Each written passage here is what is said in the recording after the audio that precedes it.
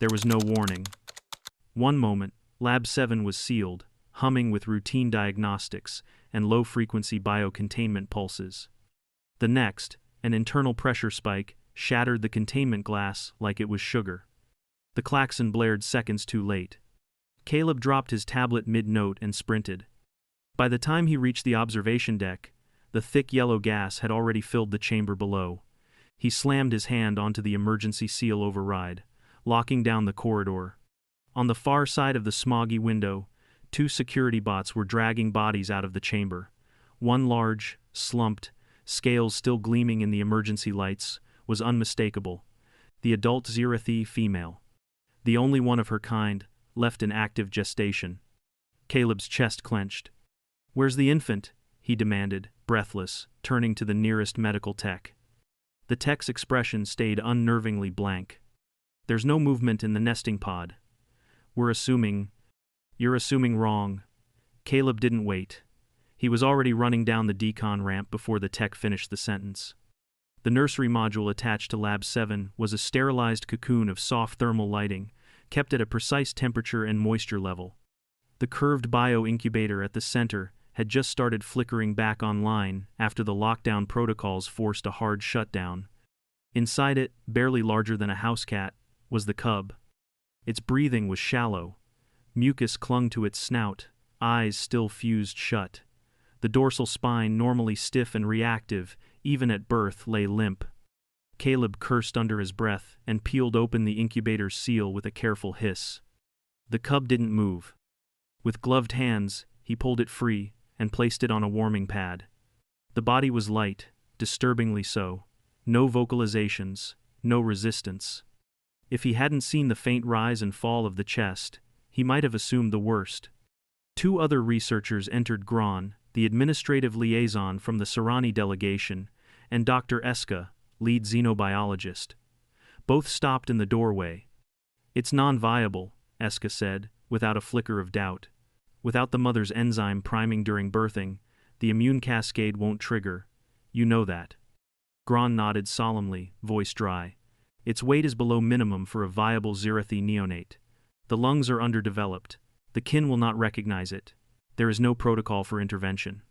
Caleb looked at the tiny creature, barely able to draw breath, and then back at the 2 figures in the doorway. "We don't have a protocol for most things until we make one." Eska gave a long, slow exhale. "Caleb, we've already logged the mother's death and submitted notice to the council. They've ruled the cub beyond salvage. It's cruel to extend its suffering." "Cruel," Caleb repeated, jaw tightening. "It hasn't even been an hour. There is no medical precedence for..." "Then I'll make one," he snapped. Silence. Gron's frilled crest twitched in disapproval. "You will take sole responsibility then, no resource reallocation, no council support, and if the cub perishes, the matter is closed." Caleb didn't blink. "Fine. Put it in writing." Eska's eyes narrowed. "And if it survives? Then maybe you'll all owe it an apology." The first night was worse than he imagined. He converted a portable stasis crib into a makeshift NICU pod, modifying the atmosphere composition by hand. Too much oxygen, and the underdeveloped lungs would hemorrhage. Too little, and brain damage would set in before he could fix it. He'd have to adjust every half hour. The temperature had to be precise, but the heating array was too coarse, so he rigged a water bath system to cycle heat through a copper plate beneath the sleeping pad. Even with that, he had to swap out the thermal wraps every 2 hours to maintain proper skin contact. Feeding was another problem entirely. Zirathi milk had a triple protein bonding structure, completely incompatible with any mammalian substitute. The mother had died before colostrum could be harvested. Caleb had to pull molecular breakdowns from archived autopsy logs and simulate the key nutrients using lab-grown amino chains. The first formula batch curdled inside the cub's mouth. It choked violently for 7 seconds that felt like a lifetime. The second batch was slightly better. By the 5th, the cub swallowed half a milliliter without going into shock. He didn't sleep, not even in shifts. By morning, the vitals were stable barely. The heart rate was low, breathing labored, and hydration levels still flagged red. but the cub stirred for the first time when Caleb changed its thermal wrap. A weak paw batted at his hand. He sat back on the floor, back against the wall, holding a warm packet of formula and shaking from adrenaline, fatigue, and something else he didn't want to name yet. Hope. 4 days later, Eska returned. She stood at the doorway of Caleb's converted lab suite, arms folded. Behind her, 2 Serrani aides waited silently. "You've lost weight," she said flatly. Caleb didn't look up from where he sat, coaxing the cub to take another few drops from the syringe. It now responded to his voice weakly but consistently. The eyes remained shut, but it turned toward him when he spoke. "I haven't had time for full meals," he said. "Did you come to say I told you so?" "No," she stepped closer. "I came to see if it was still alive." Caleb didn't smile. Island, still fragile, still borderline, but alive. Eska's gaze drifted to the vitals monitor. Pulse improved. Heart murmurs reduced. Started oxygen therapy cycles yesterday. "You still believe this is worth it?"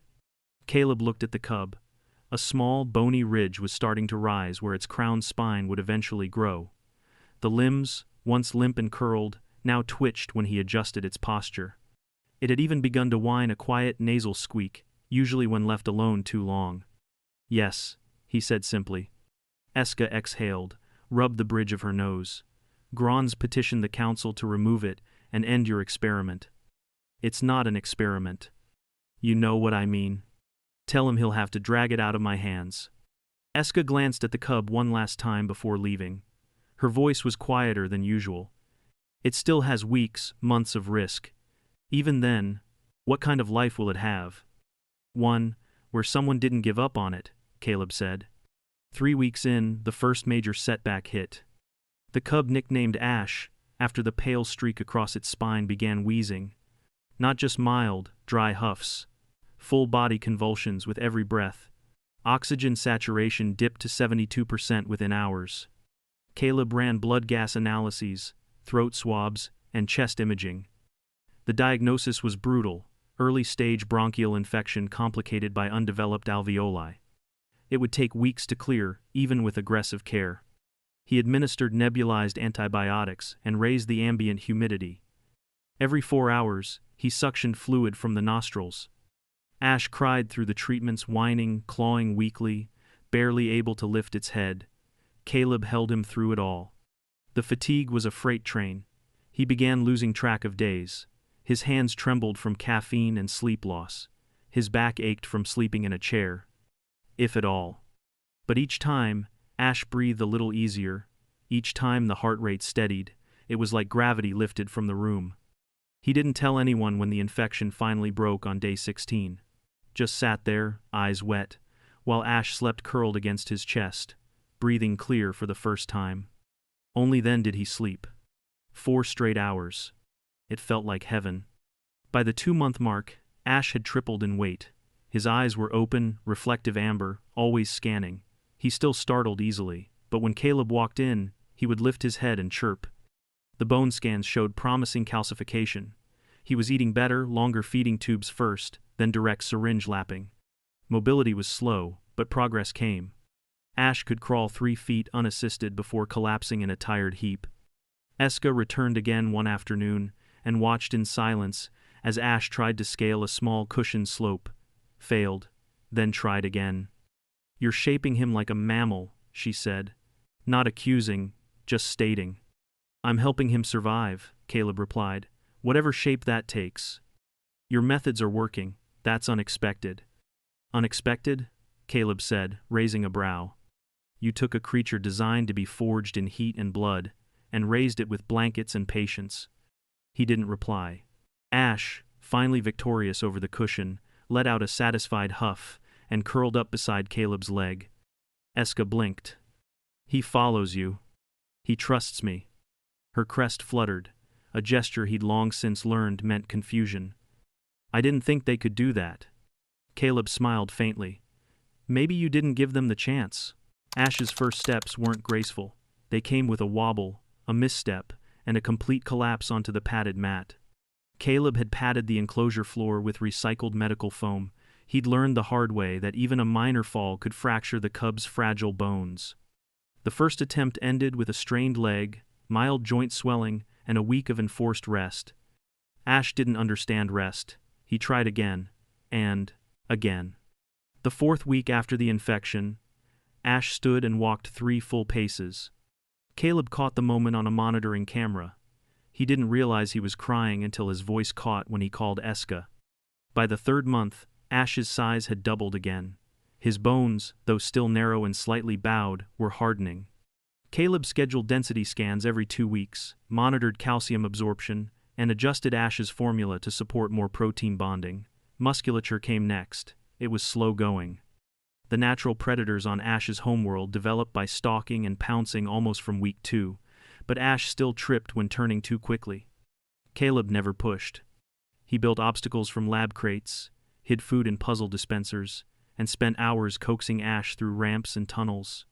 The cub's problem-solving improved faster than his coordination. He could find the scent packet hidden in a drawer. He learned to recognize sounds: Caleb's voice, the whir of the auto feeder, the door hiss. And when Caleb came back from food runs, Ash would greet him at the edge of his pen with a soft bark. Once, the cub brought a thermal wrap to the door as a gift.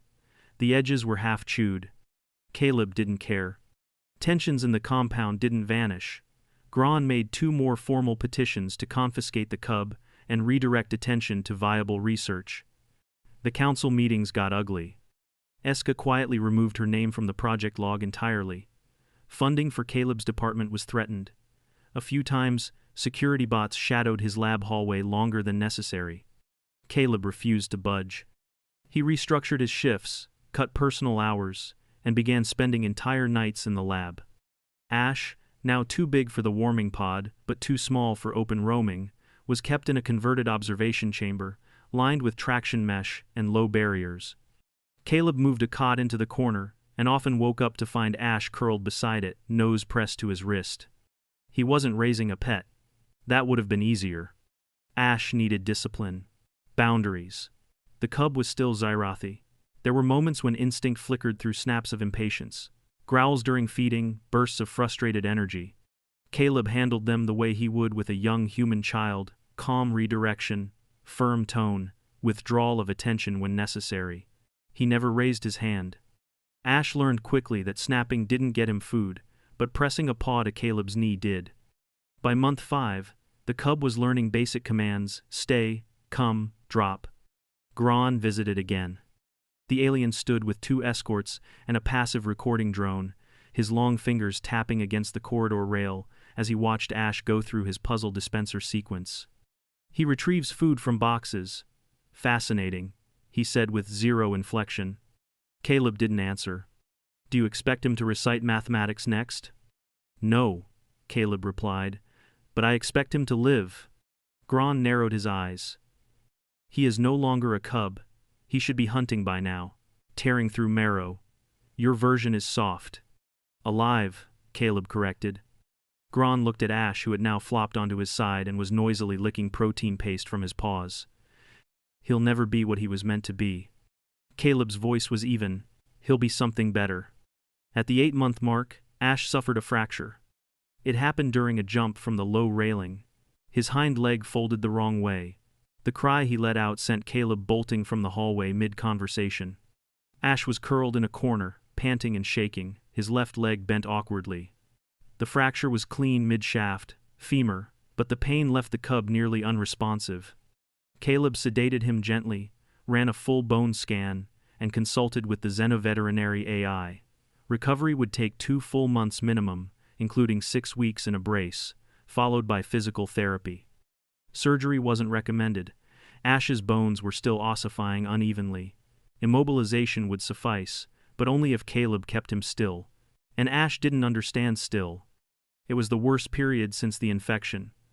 Ash whimpered often, tried to crawl even when Caleb held him down. He didn't want to eat. He lashed out once, swiped at Caleb in confusion. The claws left a deep gash on his forearm. Caleb didn't flinch. He cleaned the wound with one hand while cradling the cub with the other. After 3 weeks, Ash stopped fighting the brace. After 5, he stopped crying when walking short distances. By the end of the 2nd month, Ash walked with only a slight limp. The muscle imbalance would take more time to correct, but the fracture healed strong. Caleb logged every setback. Not one of the council members acknowledged the updates. A full year passed. Ash was now the size of a mid-sized dog, compact but lean, with strong limbs and clear eyes. The dorsal ridge had developed into a small crest that flushed slightly when he was excited. His gait was still unusual, slightly lopsided from early joint damage, but powerful. He could scale a wall mesh in seconds. His bite force had tripled. He no longer slept beside the cot, but across the room, watchful, quiet, independent. Yet when Caleb called, Ash came. The researchers couldn't ignore it anymore.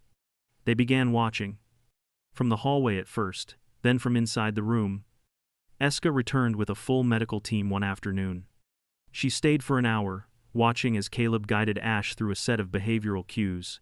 Turn, lie down, retrieve, stop. He listens like a service dog, she murmured. No. He listens like a student, Caleb corrected. Her eyes didn't leave Ash. He shouldn't be capable of this kind of structured response. This is not mimicry. He's choosing. Caleb nodded. He trusts. 1 week later, it happened. A minor power surge during a generator recalibration triggered a fault in containment lab 2 amperes. The shockwave knocked out 3 locks and released a class 4 spine worm specimen, barely a meter long, aggressive, territorial, and venomous. It didn't get far. But far enough. Caleb was walking past the lab hallway when the siren went off. The lights dimmed, doors slammed. He turned just in time to see the thing drop from a ceiling panel and strike fangs out. Pain ripped through his shoulder. He went down. Then a blur streaked past him. Ash. The cub, now a year old and nearly fully muscled, slammed into the spine worm before it could strike again. The fight was fast, brutal. Ash didn't just bite, he grappled, using weight and leverage, keeping the worm's tail pinned.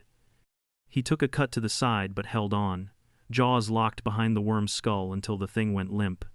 Security arrived 30 seconds later. They found Caleb half conscious, bleeding from the shoulder. Ash stood over him, crest high, growling low in his throat at anyone who stepped too close. He didn't back down until Caleb reached up and touched his paw. The injury required a 2-week stay in medbay. The venom had to be neutralized slowly. The tissue necrosis was minor thanks to the speed of the bite. Pain management was rough, but tolerable. The staff were, for once, cooperative. Eska visited daily. Gron did not. Ash was barred from the medbay for the first 3 days. He broke the barrier on the 4th. No one stopped him. He curled beside Caleb's bed and refused to leave. I suppose we should have named him something more dignified, Eska joked once. You never expected him to live, did you? Caleb smiled through the pain. I hoped. Ash let out a small huff and rested his head on the blanket. You didn't just save him, she said. He saved you. Call it even. She turned away thoughtfully. No, it's not. Not yet. 2 years passed. Ash no longer looked anything like the frail bundle Caleb had cradled in a thermal wrap. Now over 4 feet tall at the shoulder and nearly 6 feet nose to tail, the young Zirathi moved with confident, fluid power. The once wobbly gait had evolved into a measured lope. Though he still carried a subtle limp from the femur fracture, it no longer slowed him. His musculature was dense, his reflexes fast, and his intelligence bluntly intimidating. To those who had once dismissed him, Ash was no longer pitiable. He was a problem. The Alien Council, once indifferent, now requested monthly reports. Gron had gone silent, replaced by a younger, more formal liaison named Dirac, who visited with tight smiles and took obsessive notes. Caleb didn't trust him. Ash didn't either. He watched Dirac during every visit, not with hostility, never aggression, but with a fixed, unreadable stillness that made the aide visibly nervous. That same week, the message arrived from the Jurathi. A delegation of blood kin. En route. It's ceremonial, Eska explained, standing beside Caleb in the Central Lab's observation deck. The Zirathi Council of Kin conduct status checks on all viable offspring once they reach maturation benchmarks. They're coming to test him, Caleb said flatly. She nodded. They will assess his strength, reaction time, scent memory, and more importantly, temperament. It's not just about survival, it's about identity. Caleb exhaled slowly, arms crossed. He wasn't raised in blood pits or wild forests. He learned puzzles before pouncing. That's not going to impress them. They may see him as changed, not necessarily improved. He's not a test subject. Eska didn't argue. Be ready anyway. Caleb looked down through the glass. Ash was chasing a motorized scent lure through the obstacle course. Not for food, not for show. For fun. They have no idea what he is, he murmured. The Sirathi arrived 3 days later. 6 of them, 3 elders, 2 guards, and 1 observer. A black-crested female named Sen Thi, who introduced herself with formal precision and didn't hide her displeasure at the setting. She looked over the station walls, sniffed the recycled air, and didn't speak to Caleb for the first hour. Ash met them in the central observation chamber. He did not growl. He did not bow. He stood still, eyes locked on the eldest male, whose body bore ritual scars and claws filed to knife points. The elder Threx stepped forward and inhaled deeply, analyzing scent cues. Then, after a long pause, he let out a low growl. He smells like food paste and artificial sleep. Caleb stepped forward, pulse climbing. He smells like survival. The elder didn't respond. Ash didn't move. The tests began that evening. First was scent recall, identifying marked objects based on olfactory markers. Ash passed instantly, nose twitching as he selected the correct set of blocks, even distinguishing between 2 compounds with similar base chemistry. Next was reaction time. The guards set up a holographic predator simulation, complete with false scent, motion blur, and acoustic bait. Ash responded with rapid lateral movement and a preemptive strike, targeting the simulated spine with precision. Senthi narrowed her eyes. That strike pattern is not native. No, Caleb said. It's anatomical. He studied bone scans, knew where to aim. Third was strength. A weighted sled was placed on the training floor. Ash watched silently as the guards dragged it into place.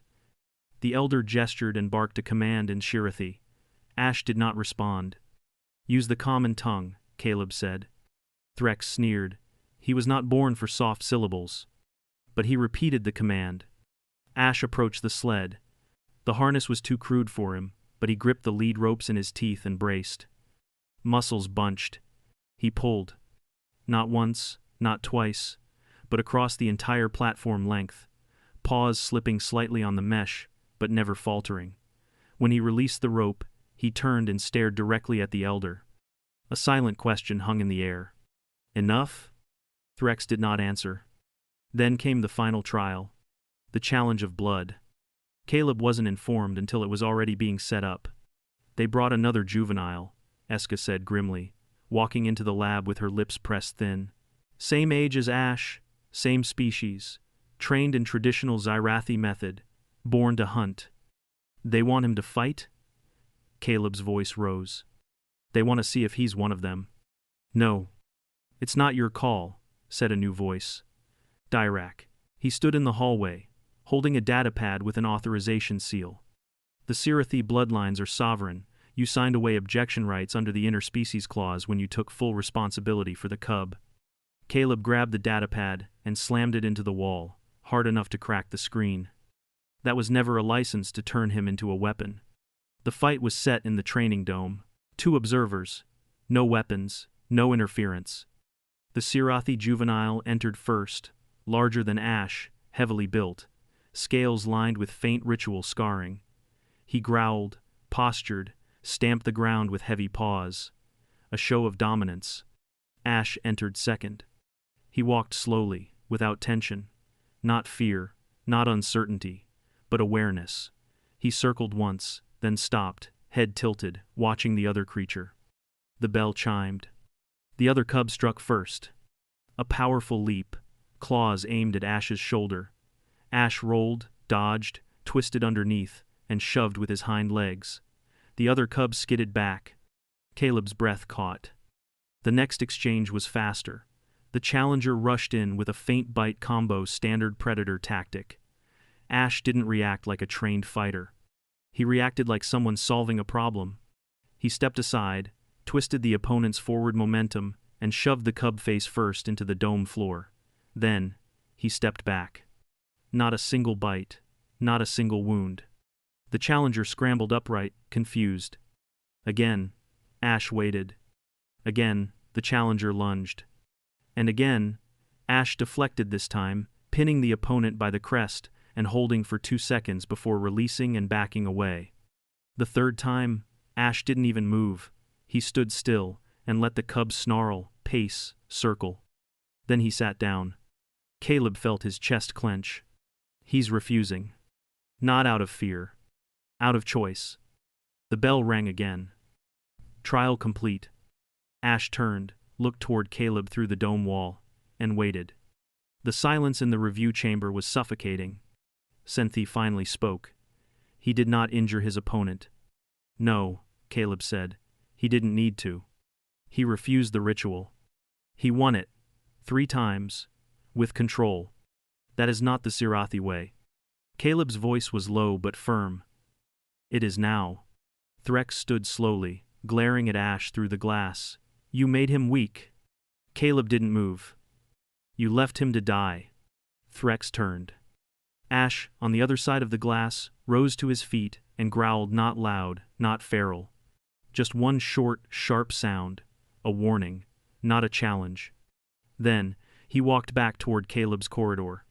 Senthi's expression shifted slightly. Her voice was unreadable. He shows restraint, discipline.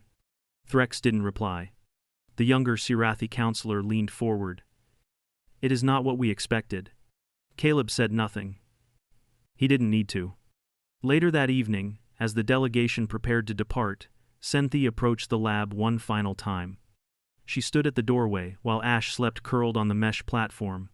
His chest rose and fell in slow rhythm, eyes twitching slightly in dream.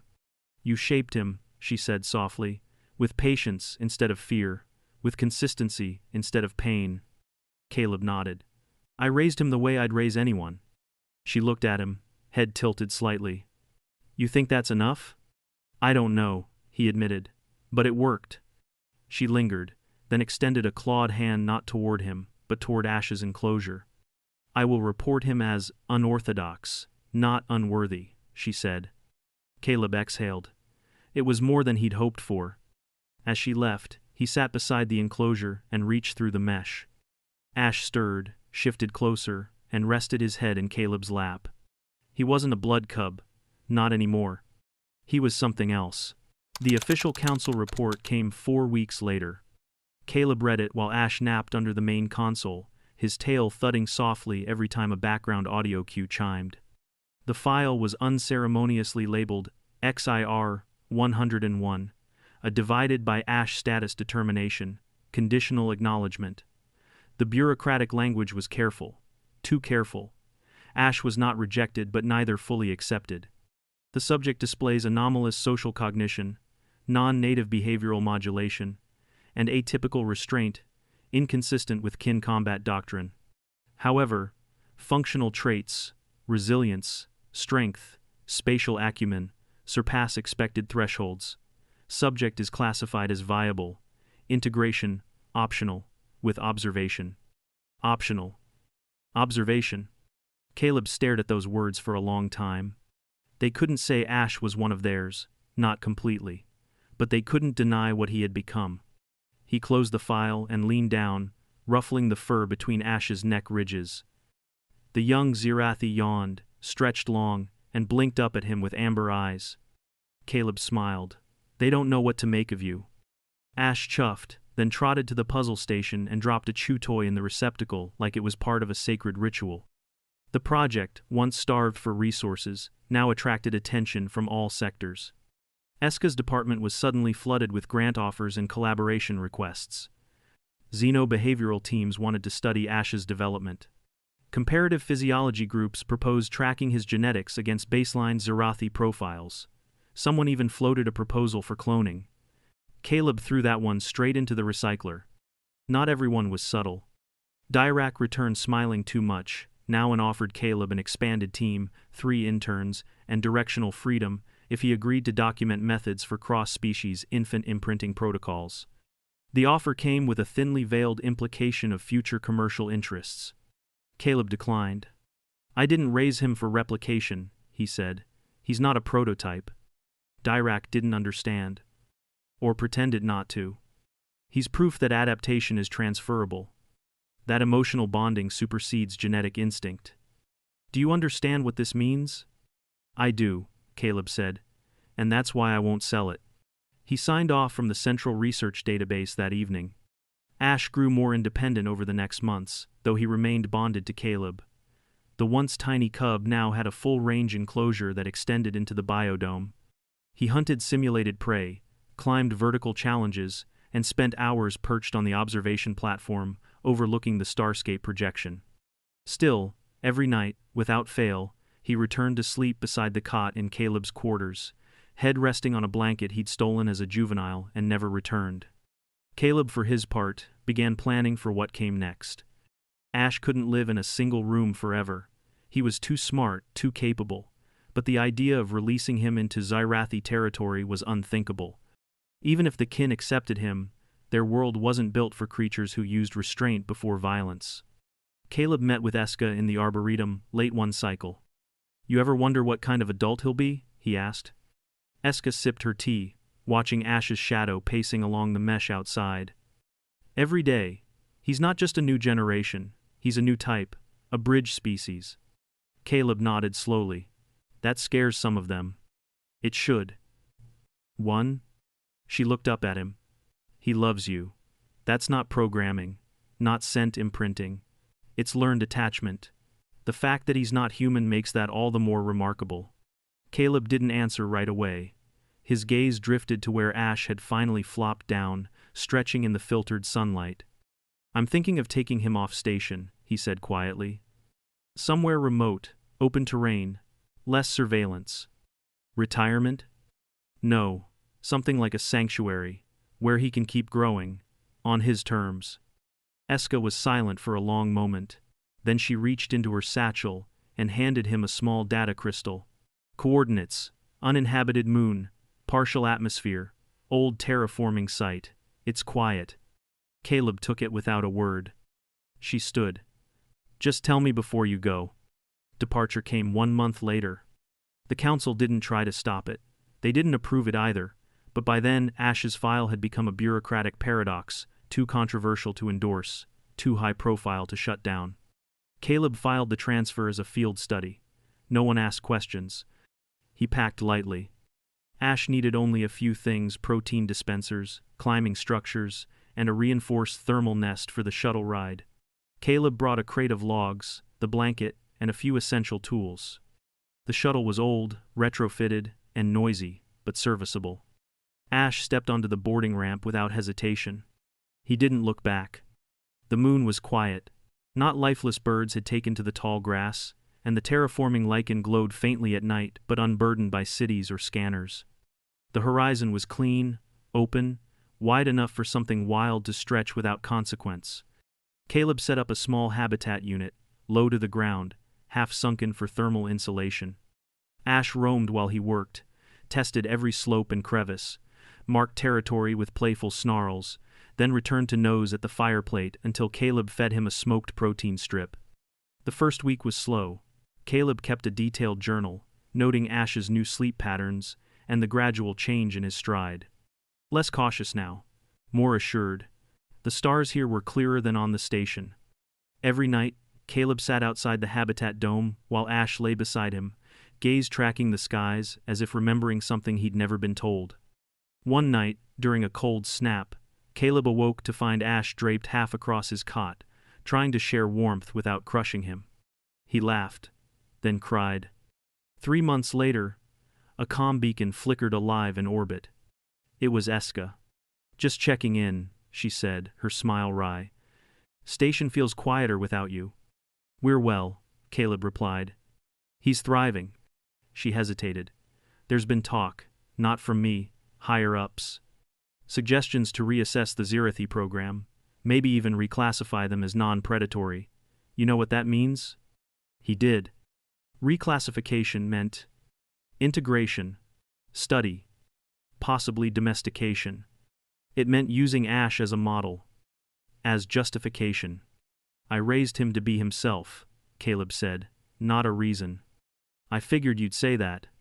A pause. Caleb? Yeah? You did it, you proved them all wrong. He looked over at Ash, who was currently trying to balance a branch on his snout for reasons known only to him. I didn't prove anything, he did. Years passed. Caleb aged slowly under the filtered sunlight of the moon. Ash grew taller, leaner, more deliberate. His crest developed fully, the patterns on his scales deepening into complex mosaics. He could track wind changes before they happened, could open lock latches with a flick of one claw. He could still be playful, still whine for attention or curl beside Caleb's bed, but he was no longer a cub. He was something the universe had never seen before. One evening, after a long trek to the ridge, Ash returned with a strange bundle in his mouth, a hollowed piece of bark filled with bright stones. He dropped it at Caleb's feet. A gift. Caleb knelt. What's this? Ash huffed, tail twitching. Decoration? Caleb guessed. Ash let out a short, satisfied growl and lay down, watching as Caleb arranged the stones into a ring. All right, Caleb said softly, we'll keep it.